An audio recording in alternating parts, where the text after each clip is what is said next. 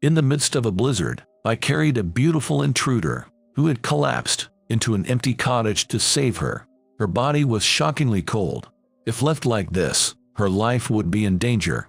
With no other choice, I removed her clothes and wrapped her in a blanket to warm her up. Thanks to my desperate care, she eventually woke up. Why am I naked? Did you do this? That's terrible. I was in a tight spot, and a week later. Get out of here. The CEO himself came to visit me. When I returned to the office from the client's place, the office seemed noisy. Everyone was gathered around the CEO, talking about something. What's going on? I put my bag full of documents on my desk with a thud and asked a colleague nearby.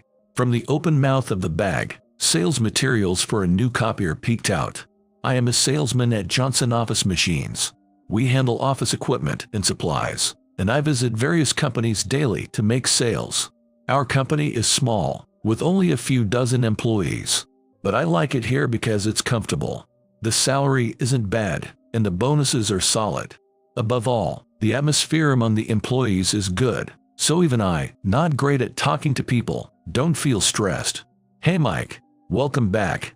Mr. Johnson, the CEO, noticed me, raised his voice, and beckoned me over with a friendly smile. He is a 55-year-old man, gentle and personable.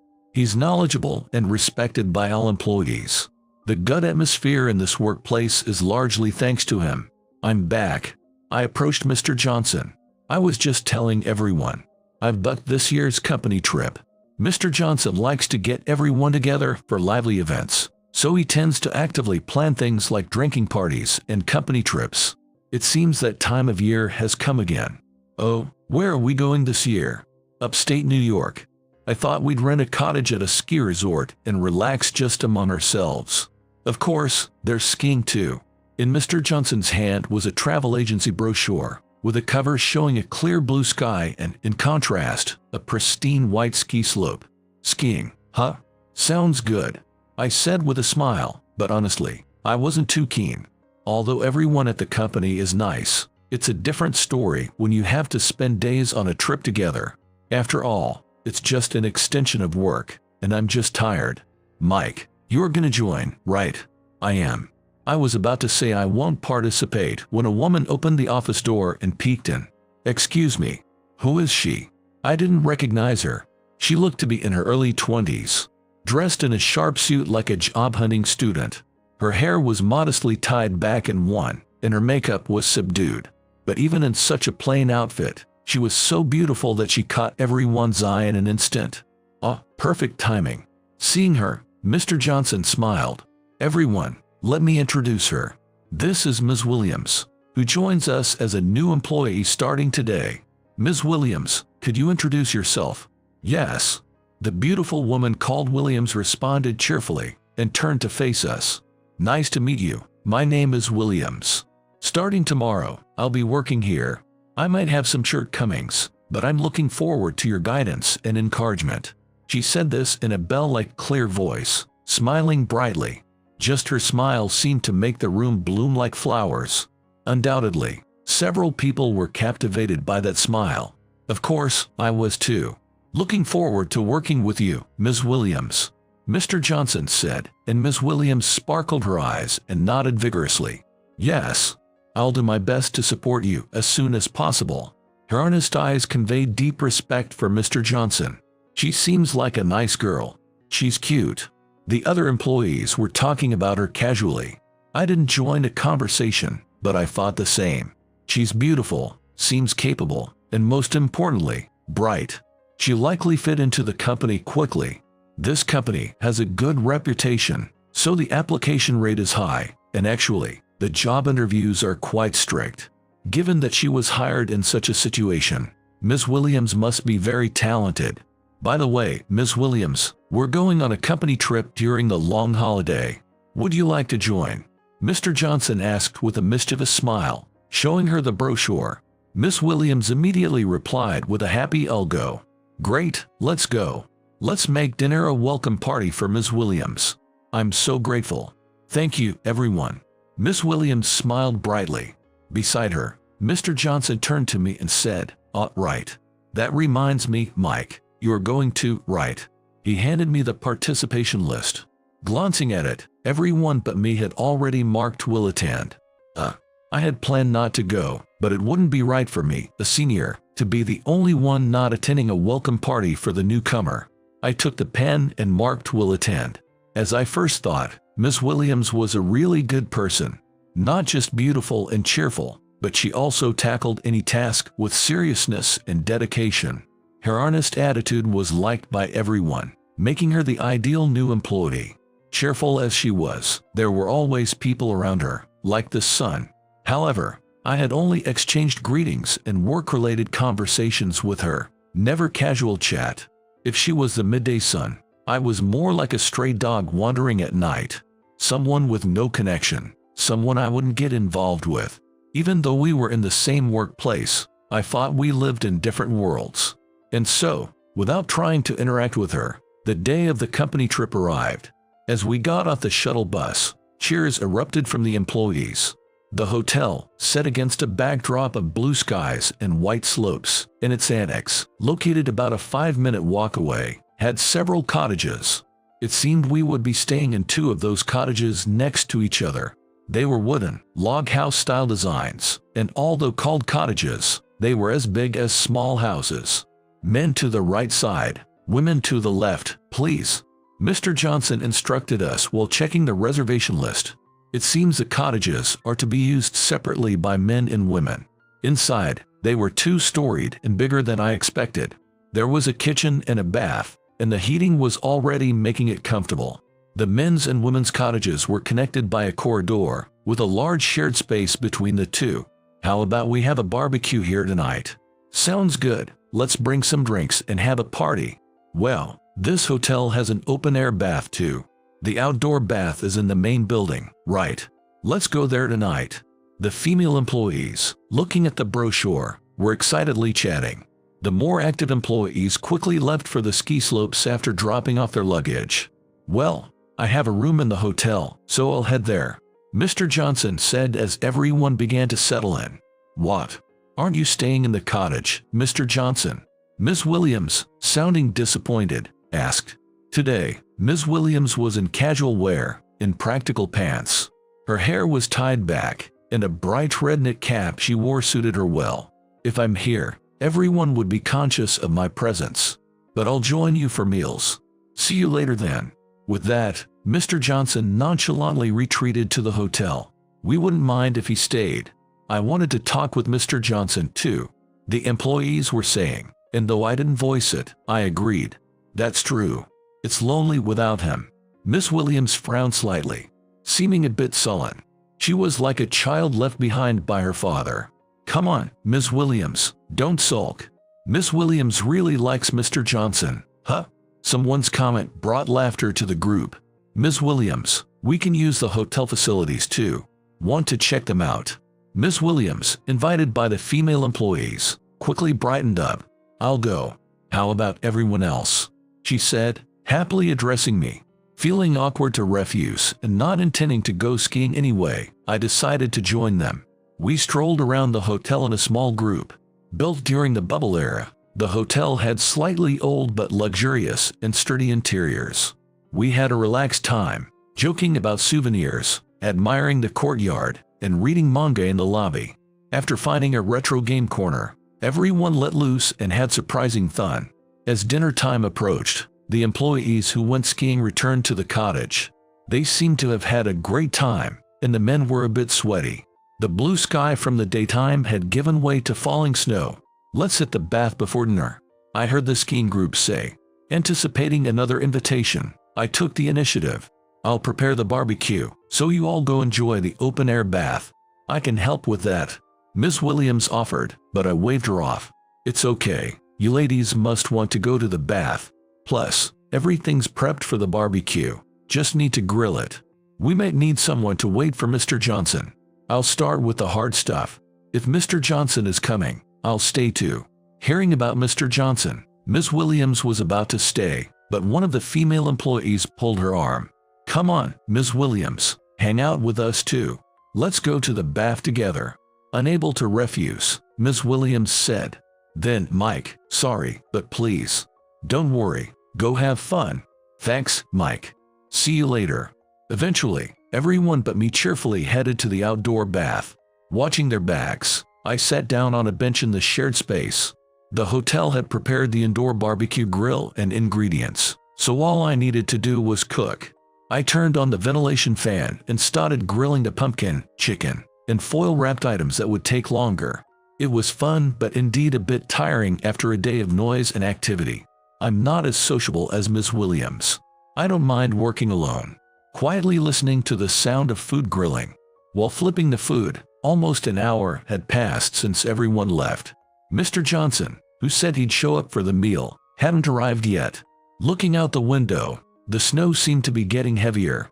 Has the blizzard picked up since earlier?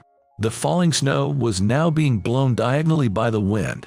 On my phone, there were messages from a colleague and Mr. Johnson. From the colleague, "Sorry, we're stuck in the hotel due to the snow." From Mr. Johnson, "The snow is heavy, so I'll wait for it to clear up a bit. Start eating without me." "Figures," I muttered. I tried to reply with "understood," but the message failed to send, probably due to poor signal from the snow. I looked around and transferred the cooked vegetables onto a large plate. These will get cold. I considered eating alone, but even for me, that seemed too lonely. I guess waiting for everyone was the only option.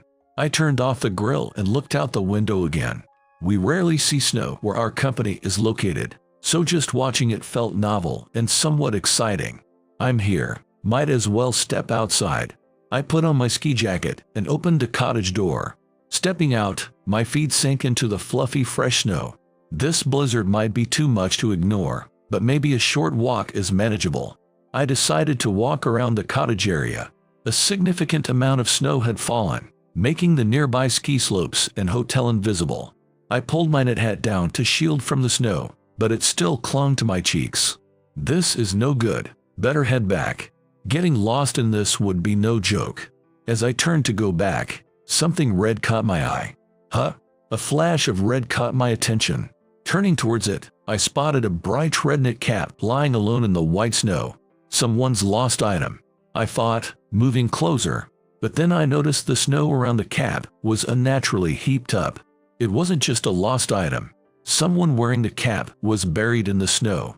No way. I hurried over, recognizing the red knit cap. Struggling through the snow, I found Miss Williams, lying on her back, mostly buried in snow. Without that cap, I might not have noticed her. "Miss Williams, are you okay?"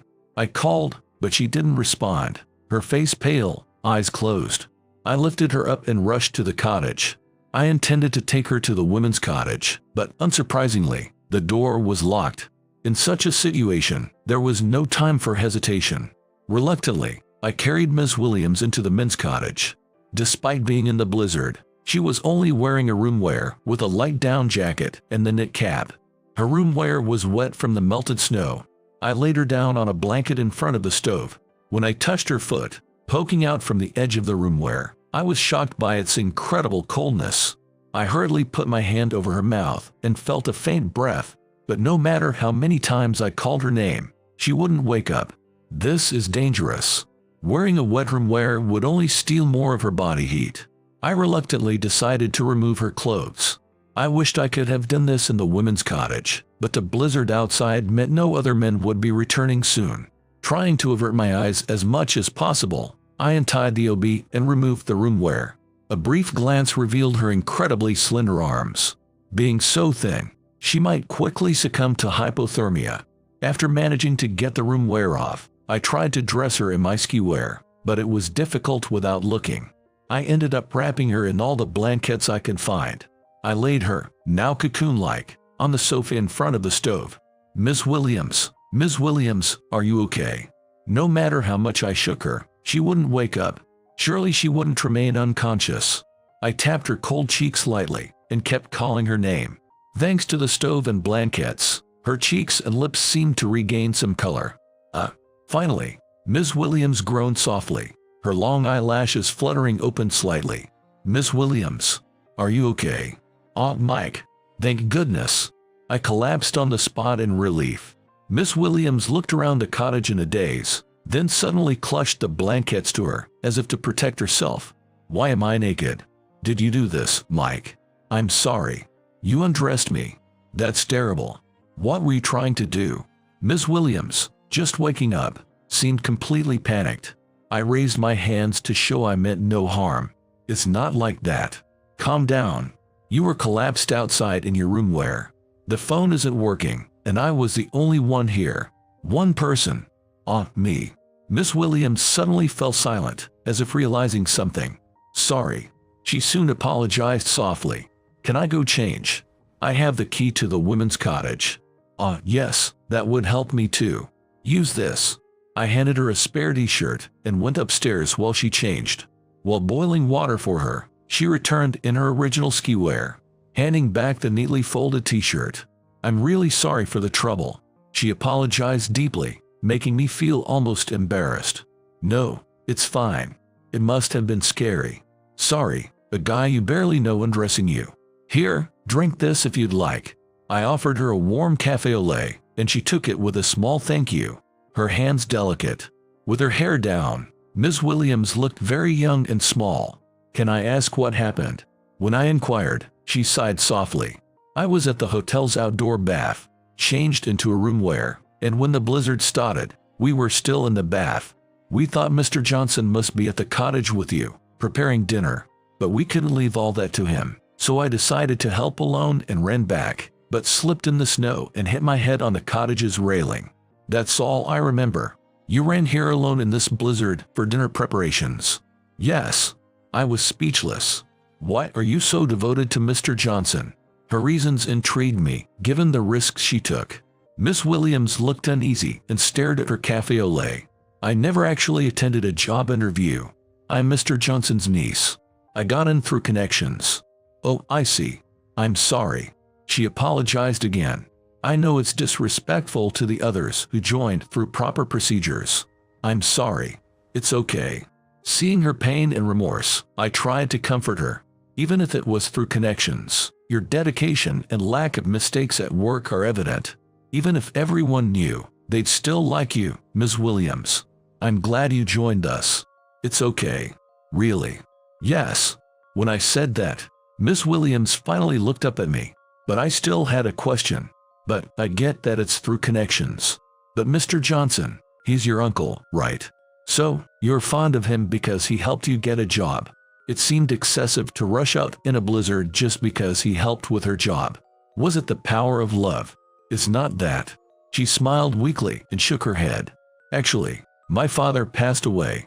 My uncle took on the role of a parent. He even took care of my mother when she was hospitalized. He truly cares for me, though he spoils me a bit. He hired me when I was struggling to find a job. I've hired you. Job hunting is tough, and you've had it harder than most, he said. I'm really grateful, but I wanted to show that I can stand on my own. She sighed again and placed her empty cup on the table, her grace indicative of someone nurtured with care. I wanted to show I could manage by myself. As she said this, Miss Williams began to look down again, but it was useless. If it weren't for you, Mike, who knows what would have happened? She spoke softly, hugging her knees. I see. I felt like I understood her feelings. You wanted to show your uncle and everyone that you're okay on your own, by preparing meals for everyone. Miss Williams looked up at me, surprised. You already have the heart of a mature adult, Ms. Williams. I smiled to encourage her. I think so. Mr. Johnson must recognize that too. But it was dangerous. If I met my father in heaven, he would definitely be mad at me. I'm so glad to be alive. I want to hug him a lot when I meet him. That's the spirit. Thank you, Mike. She then smiled at me, a bright and blossoming smile. The person I thought belonged to a different world was now smiling just for me. I had thought of her as just a bright, beautiful person, but I was wrong. Discovering that Miss Williams was a person enduring hardships and living earnestly, just like me, changed my perspective. Thanks to you, Mike, I didn't end up in a situation I couldn't face my father with. I can't thank you enough. It's nothing. Anyone would have done the same in that situation. It's not just that. Huh? She smiled mischievously, reminiscent of her uncle. Anyway, I really was saved. Thank you, Mike. As we shared the café au lait, eventually the blizzard calmed and everyone, including Mr. Johnson, returned. Respecting Miss Williams' wish to avoid causing worry, the incident in the snow remained a secret between us. We greeted everyone as if nothing had happened and enjoyed the meal. But a week later, Mr. Johnson visited my company housing and said, "Take responsibility and leave this house." Confused and at a loss, I couldn't comprehend why. Leave the company housing. Did I do something wrong? I tentatively asked, not recalling any wrongdoing that would warrant eviction. Mr. Johnson then smiled mischievously. "Just a little joke. Maybe too much of a joke." "What are you talking about?" I heard from my niece. "Really? Thank you." With that, Mr. Johnson shook hands. Finally, I realized why he had come. "It's okay. Please, raise your head." As instructed, Mr. Johnson looked up, still smiling. "Well, it's decided you'll leave this house. But it's not just a joke." "Wait, I thought it was a joke." "It was a joke, but also serious. I have a request. Would you consider moving in with my niece instead of leaving?" "Wait, why?" "That's something you should ask her. I've entrusted my niece to you." Mr. Johnson handed me a small note and quickly left. "What's this?" Clutching the note, I stood there, puzzled. Grateful as I was for the appreciation, I couldn't understand how it led to being ousted from company housing. I had to find out the reasons. I decided to head to the address written on the note. It was a cemetery about a 20-minute walk from the company housing. Although it wasn't scary in the daylight, I was increasingly baffled.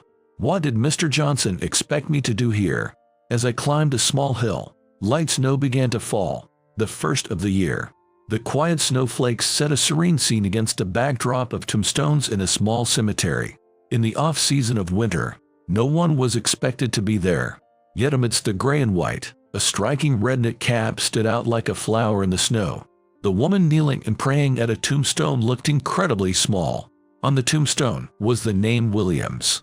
I quietly approached and knelt next to Ms. Williams, closing my eyes and joining my hands in prayer. When I opened my eyes, she was already looking at me, not surprised by my arrival. "My father died of illness when I was in my senior year of high school," she began softly. "I loved my father so much that I became emotionally unstable, couldn't concentrate on my studies, and cried all the time.